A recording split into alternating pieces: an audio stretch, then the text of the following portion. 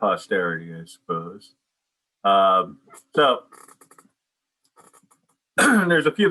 Just kind of think of this as sort of like the back end of the opening day spiel. You know, like the closing day spiel. It's you know what to expect now, right? So I sent out a couple messages today, or a couple of announcements. Some of them were pretty aggressive, you know, or at least parts of them, you know, with the highlighting and the all caps and stuff like that. It's like it's just emphasizing some things. So the first thing I wanted to indicate was that obviously the grades are on Blackboard, the DB Blackboard. So the first line, I have graded everything that has been submitted, right? So the grade book is as up to date as I could make it. Now I know that after I sent this message at 4:59:12, that I'm sure somebody submitted something after that, so it's not quite up to date anymore. But as of 4:59:12 p.m. Eastern Standard Time, it was up to date. And if you looked at your course grade estimate, right? So if you look in the grade summary, you'll see an entry for course grade estimate. That is the current grade that I have for you for the semester, right?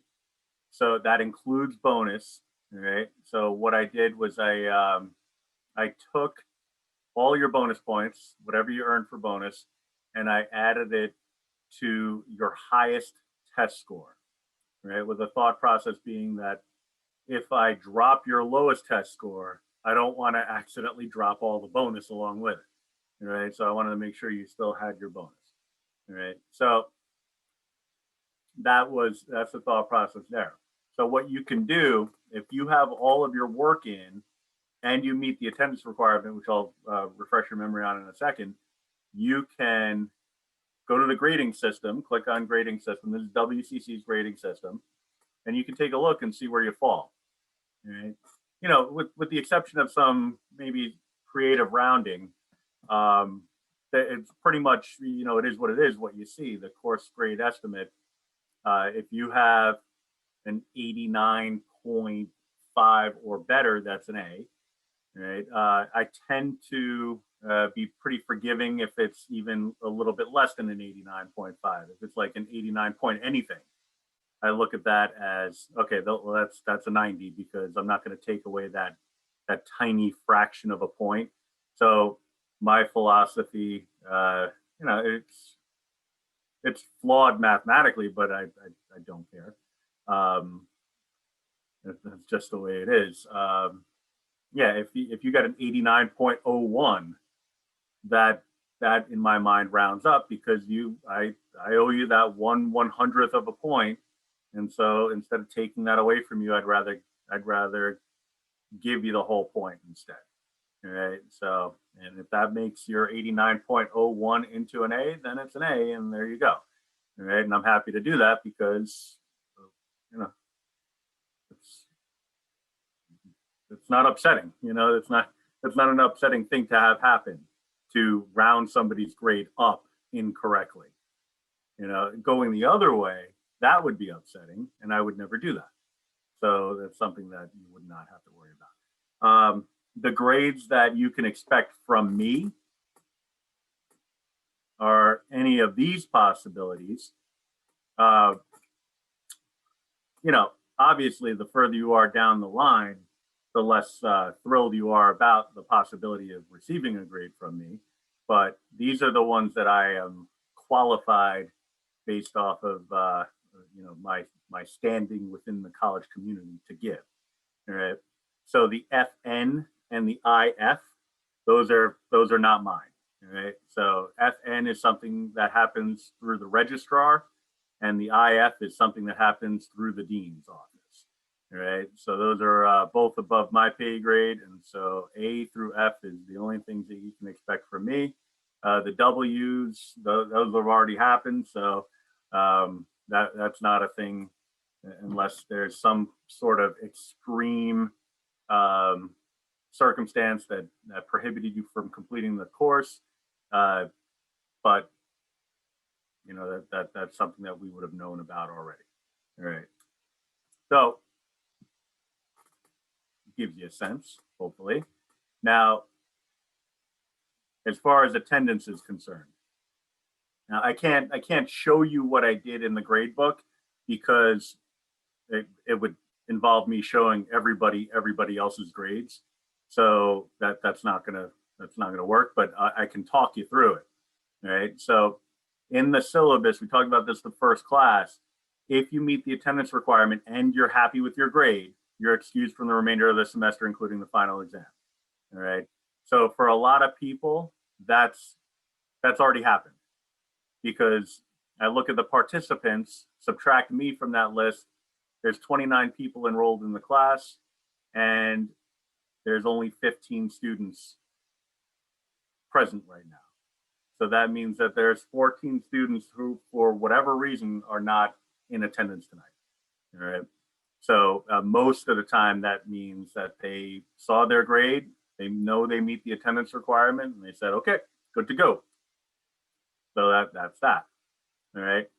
So the attendance requirement is a value of 2. That's the magic number. So if you have 2 absences or less, then you meet the attendance requirement, and therefore you can drop a lowest test grade. And what most people do, that's why I say if you're happy with your grade at this point, then you would say, well, I choose to apply that drop to the final exam. That's the test I want to drop. And there it is. And that's the end of it. All right. If you're not happy with your grade, and I try not to address this part of it in writing because I think it's pretty obvious. If you're carrying a failing average, you need to take the final exam, right? You don't have a choice in the matter. I unfortunately, I have to tell the story of the student who came up to me this night 10 years ago. I believe it was 10 years ago. If not, it was pretty close. And said, please tell me I'm exempt from the final. And I said, well, you meet the attendance requirement, which is good. That's the first step towards it. But there are other factors involved in this situation. Now, because we were in front of other people, I didn't want to flat out say that you're carrying a 40 average. So yes, while you meet the attendance requirement, and yes, you can technically drop the final exam, you'll fail the course if you do that. You want to take the final exam in order to replace one of the bad test grades that you got along the way, which would give you a fighting chance to pass the course. So for whatever reason, my message wasn't sinking in. So she said, I'm going to cry right now if you tell me I have to take the final exam. It's like, like they didn't go over that in teacher school, like what to do if somebody starts crying when you tell them that they have to take a final exam. But I got to tell you, you don't have to take it, but you should. So you're saying I don't have to take it. I'm like, I'm not really sure what you're missing here, but yes, you have to, you got to take the final exam. Oh man, really? And so I was like, yeah, otherwise you're going to fail the course. Somehow, even after all that, the message did not stick, and the student did not show up to the final exam, said, but I had the ability to drop my lowest test grade and I chose to drop the final. I'm like, yeah, but you have now failed the course. Like why did you do that? What could I do about my grade? Well, you could have taken the final exam. That's what you could have done. So the reason I tell this story is not to make fun of the student, because it's actually, as close to academically tragic as you can get. It's to hopefully kind of cut off somebody who might have a similar way of thinking. Yeah, I wouldn't want to take a final exam either, for crying out loud. Nobody wants to take a final exam. That's not true. There's actually exactly 3 people in my entire career that wanted to take a final exam. They said they wanted to see what it would be like. They didn't have to take it. They're like, I'm going to come anyway, and I'm going to take it. I'm like, okay, that's great. They had the luxury of doing that because they knew it wouldn't count against them, but that they were motivated to take it. I want to take the final exam. Okay. But so out of the other 2,997 students I've had, not a single one of them wanted to take the final exam. All right. So I know you don't want to take it in most cases, but in some cases you're going to have to, just because there may be a bad test score on your ledger, and that just has to go away. I wouldn't want to have to deal with it if I were you, but if I were you, I would also suck it up and say, well, you got to do what you got to do. All right. But it's the holidays. I know. I'm not trying to be a Grinch. It's your grade. It's your life. I want what's best for you. And if that means taking the final exam, then that's what it is. All right. So how do you know you meet the attendance requirement? I created an ungraded column in the grade book. All right. This is not, I didn't know where else to put it. And short of messaging everybody individually, I thought that this was the best way to go. So I put a value in the grade book that will not count as part of your average. That all it does is it tells you the count of absences that I have for you. All right. So it's kind of weird because I'll just highlight the relevant piece here. Well, actually, I guess I can't, but I'll just kind of like scroll my mouse over it. All right. Unexcused absences. This value is the total number of unexcused absences plus the number of unexcused tardies divided by 3. All right. And the reason why that extra bit is on there is because 3 times late equals 1 time absent. All right. So if you're absent, let's say, well, I'll just keep it simple. If you're never absent, but you're late 15 times, that's the equivalent of 5 absences. All right. Now, I do understand that there's different degrees of lateness, and there's also the excused versus the unexcused. In most cases, if a person reached out to me beforehand and said, hey, I'm going to be running a few minutes late, this is why, I put it as an excused absence and it didn't count against you. There are many instances where people just showed up late. And unfortunately, with Zoom being what it is, I didn't find that out until tonight. Right? Or, well, this afternoon when I went through the Zoom reports and I saw, oh, well, this person showed up 55 minutes late. That person showed up 20 minutes late. There are the weird cases where it looks like somebody showed up late, but they didn't. It's because they signed in with one account and then they got kicked off and then they signed back in. That stuff I was able to work my way around, and I was able to figure all that out. But yeah, if you came in, let's say half an hour late or left like 45 minutes early, that counted against you. That's not something that you would want to do unless you ran that by me. Right? I do remember there were some instances where a student would say during class or before class, hey, is it all right if I bounce a few minutes early because I got this going on? That generally was not a problem. So I tried to be flexible where that came into play. All right. So if that number in that column, well, it's a column on my end, but that entry in the grade book is a number bigger than 2, then you don't have the option to drop your lowest test grade and you have to sit for the final. Right. And that'll count as part of your average.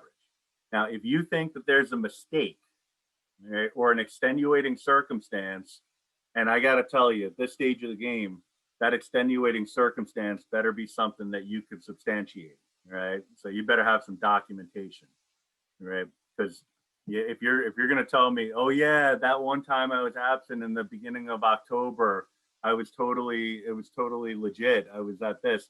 You got to have some documentation for that because it's so long ago. I can't speak to that. All right. So you got to give me some evidence. All right. Generally, that's for the cases where a person is maybe at let's say 3 absences versus the 2. But if you've got 15 absences, I mean, there's no conversation to have. You know, that like you could substantiate all of them. You weren't here for half the semester. You don't have enough seat time.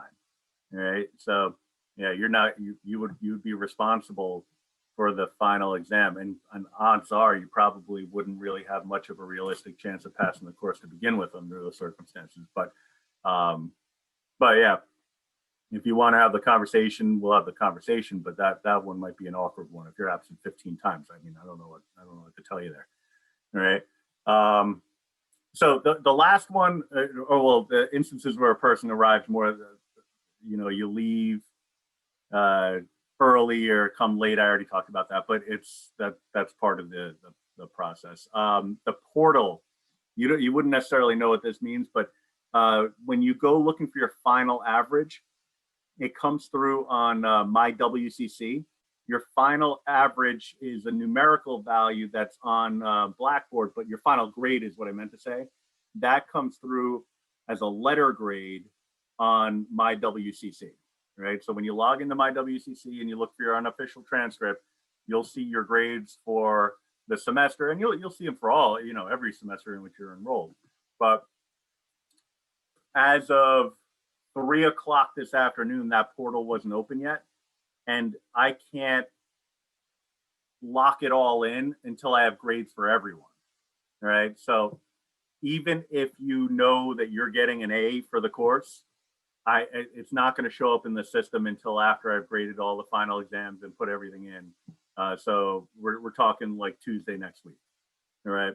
Now, if I'm a student who logs into Blackboard and sees that I have I'll call it one of those borderline grades, like an 89.4. And okay, based on what the professor said, that should be an A because he said he's going to round that up. I'd still be a little uneasy. I would want to have that information in writing, because I don't want to bag a final exam and then find out after the fact that I needed to take it because I misread something. If you're one of those on the bubble people, you're not really 100% sure, send me a message. I'll give you the information in writing and say that this is what your grade is. I had a student in my class before who took me up on that. He said, I'm definitely that student you're talking about. It says I have an A. Do I really? Can you please confirm that I have an A? I replied back, confirmed, and he's good to go. He doesn't have to take the final, and he knows it, and he can comfortably go off into the future and not have to worry about it. All right. So if you're one of those individuals, like I would be, I'm giving you the opportunity to reach out and say, can you please confirm this is what I have for my grade? Is that what you have? I will confirm it for you, and then you'll know that moving forward that you can rest comfortably knowing that that's what the grade is going to be. All right. So all that stuff you got to take into account as you decide whether or not you're going to take the final exam. So as far as the final exam is concerned, we have, just like we've had for every other test, a breakdown, and then we have some review. All right. So I'm going to click on the breakdown. So I look at, and maybe I'm in the minority on this, but I look at a cumulative final exam in a math class as generally a good thing, because the alternative would be a test based off of the most complicated stuff in the course, right? Because usually, when you take a math course, it's usually an environment where the material gets more and more challenging as the semester goes on. So if we didn't have a cumulative final exam, we would have just another unit test, which would be based off of, let's say, I'll call it unit 4. We had 3 units. It would be a unit 4 test. Unit 4 would be the hardest unit in the course. So it would be the hardest test in the course. And that's not a good thing, right? The cumulative final exam concept allows us to take material from right back to day 1 and incorporate that material. So in a way, it's easier because you're going to have easier material on the assessment. But in other ways, it's trickier because you're dealing with material that's not necessarily as fresh. But if you look at the list that we have here, box plot. Okay, we haven't done that in a while, so you'll have to review that. All right. Mean, standard deviation, and the usual interval. I'll tell you, yeah, we tackled that for the first time in Unit 1, but we've been tackling that ever since.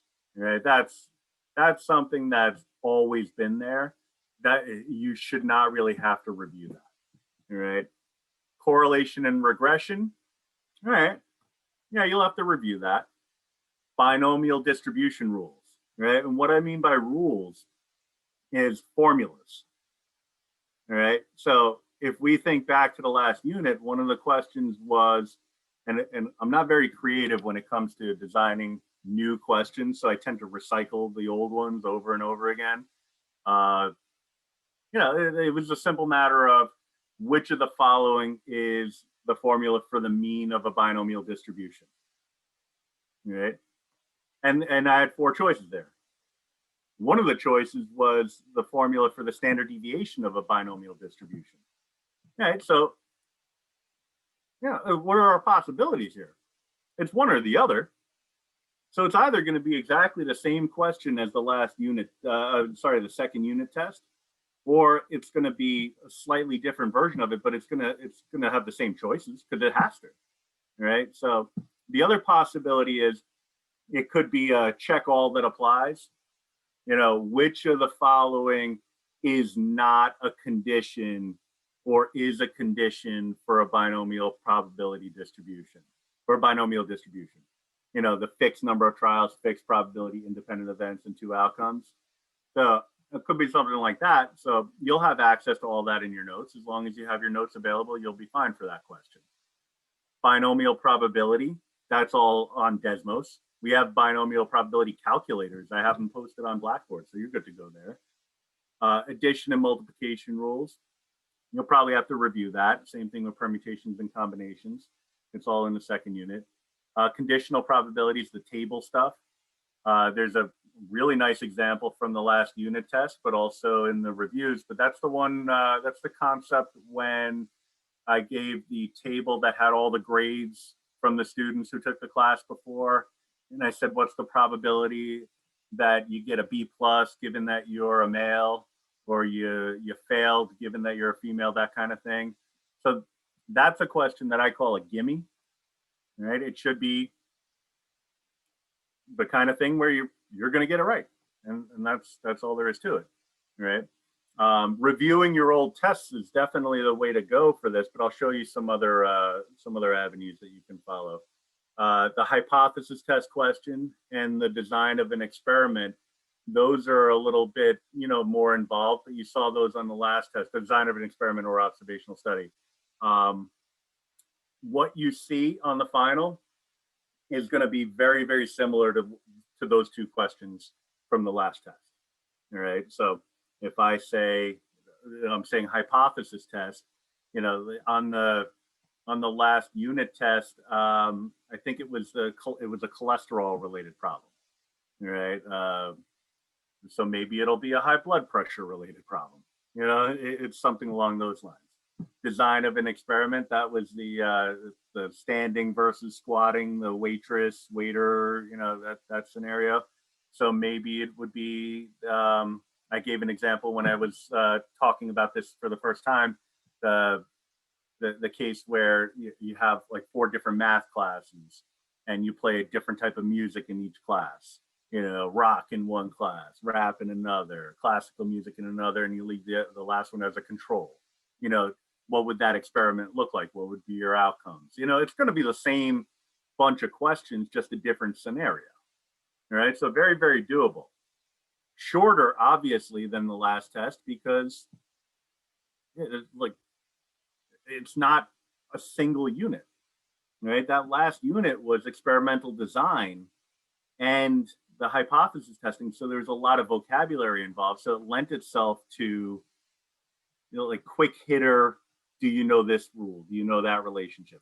Now it's just do it, And so I can tell you that it's not all going to be multiple choice, but it's not all going to be the file upload for your response stuff, right?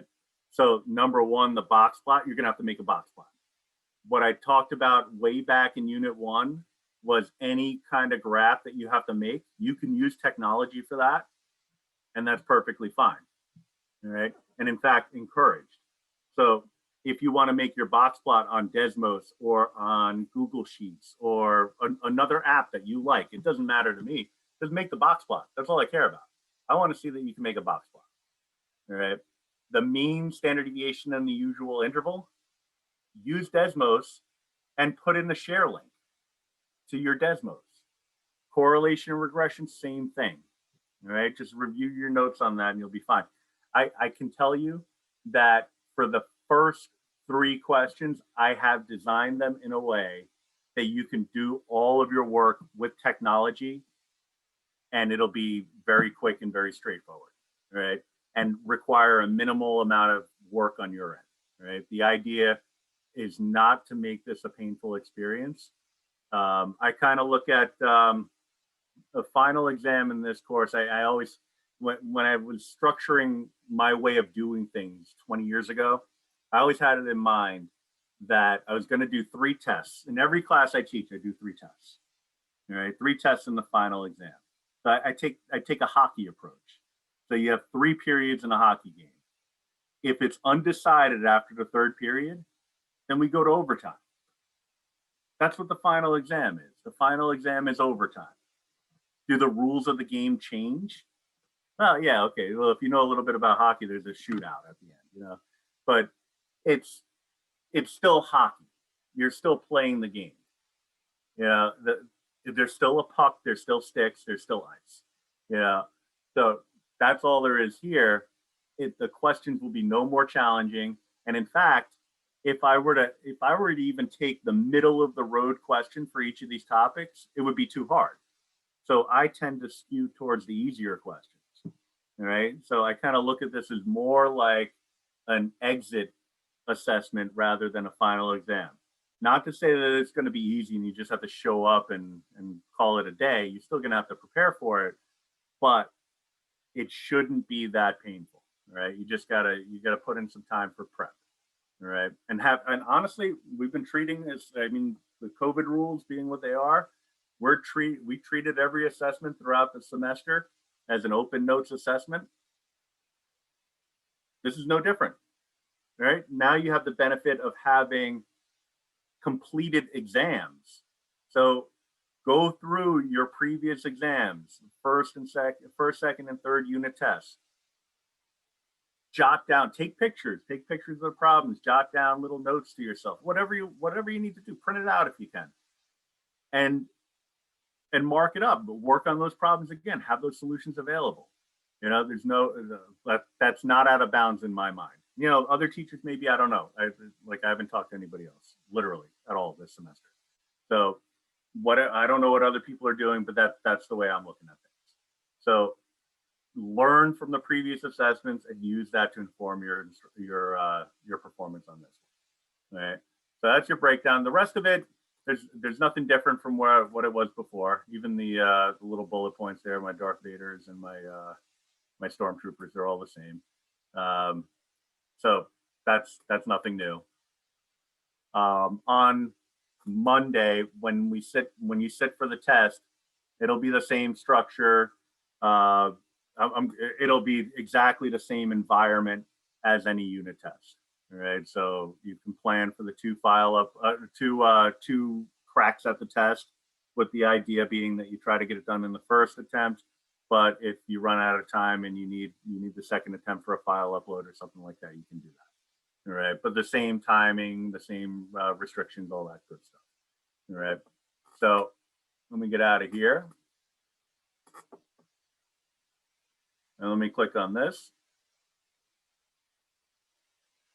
Brings you to my website.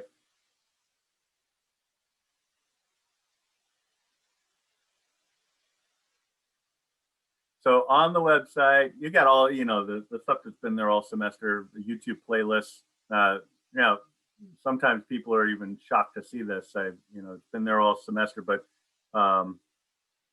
if you click on that, all the videos from throughout the semester are there when it eventually opens, starting with the classic "Just Watered My Plants." All right, and so the whole shabiggity bangity boom is there.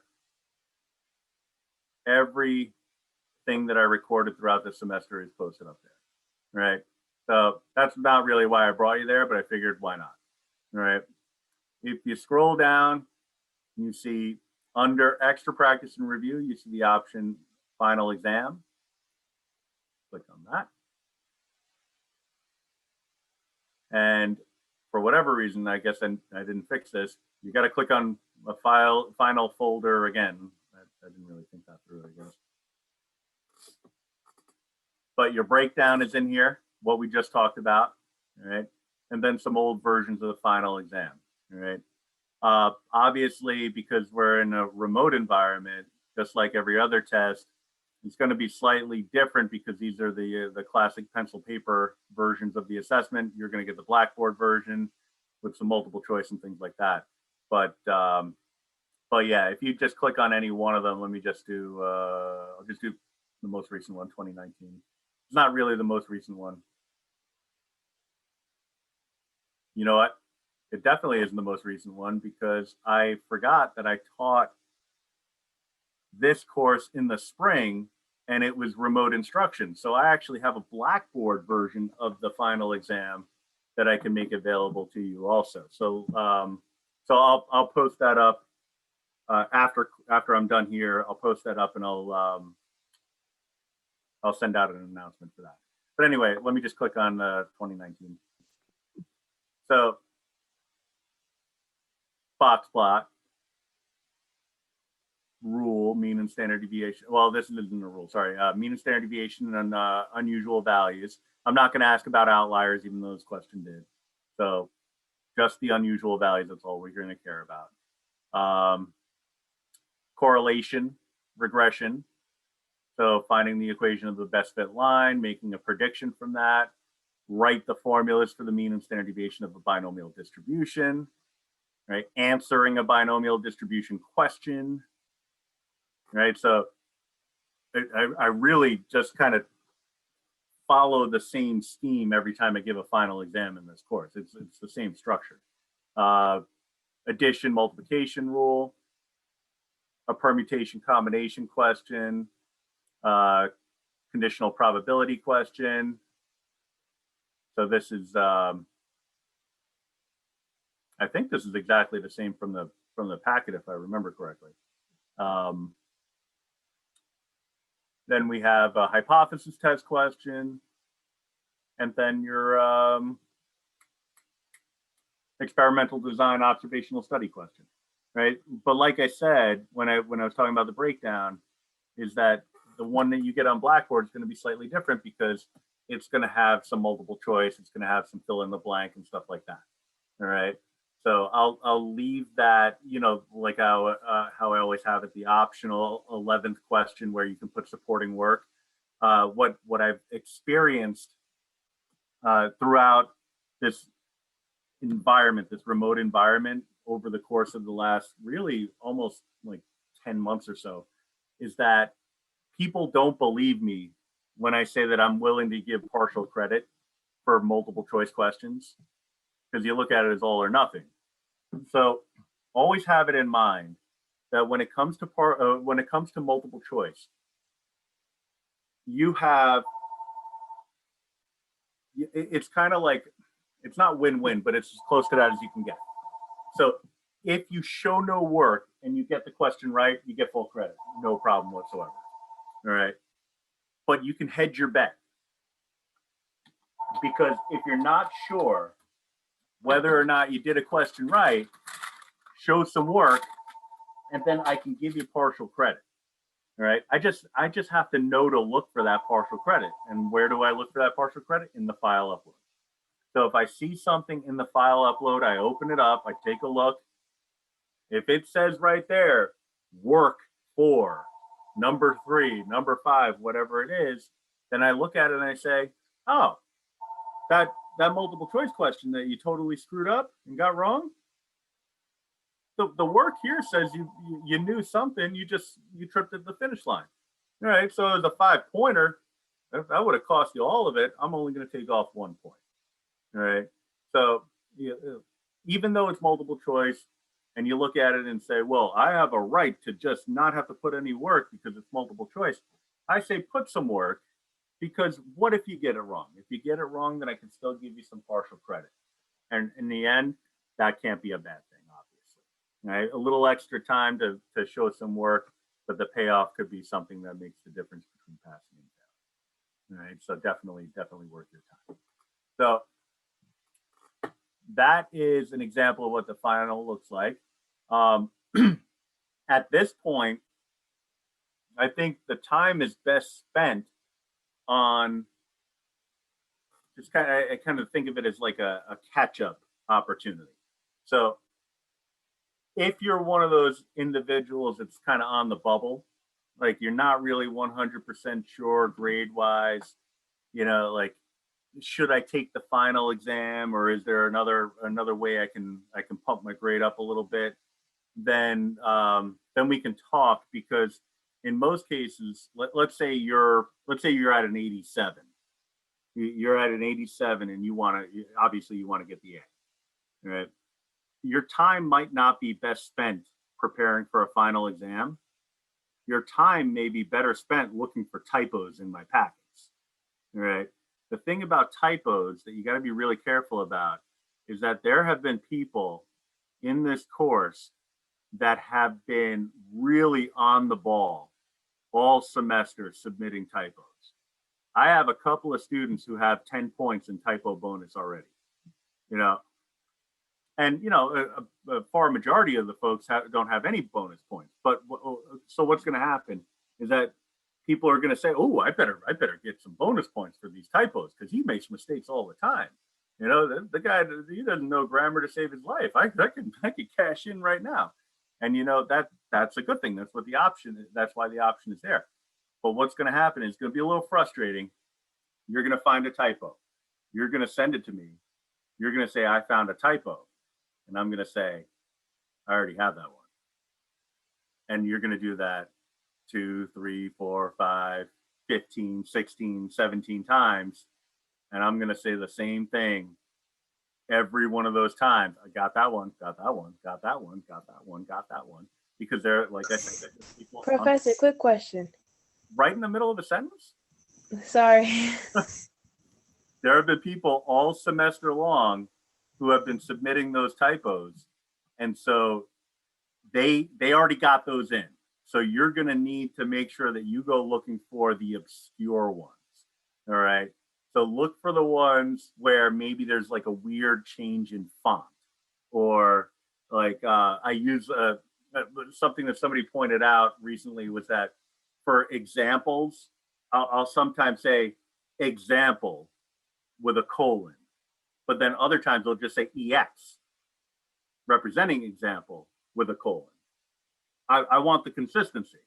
So I want those things to be pointed out to me. And then in other cases, I'll say, it'll be italicized or bolded. All right. Any inconsistencies in my notes, find them, submit those, but look for the obscure things because at the end of the semester, the obvious things are already gone. All right. Sorry, you got a question. What if we send you an email in the past about like typos, but I never got a response? Like Well, the if response somebody would else got it already, or like if I was the one who got it. have been the point being awarded to you on Blackboard. Okay. So what I do for that is I I give you the point, and then I copy paste your message in as a comment. And so if you didn't get the point, it means somebody beat you to it. But now since it's the end of the semester, I'm not gonna play around. If you send me something and I already have it, I'm not gonna leave it to you to guess and try to figure out whether you're getting the point. I'll come out and say it, got that one. But before it was a matter of like, well, I just got messages from 30 people. I can't reply to everyone, right? But now Okay. I'll make sure I do. All right, Thank you. no problem. So at this point, what I'm going to say is, so I'm going to stop the recording. I'm going to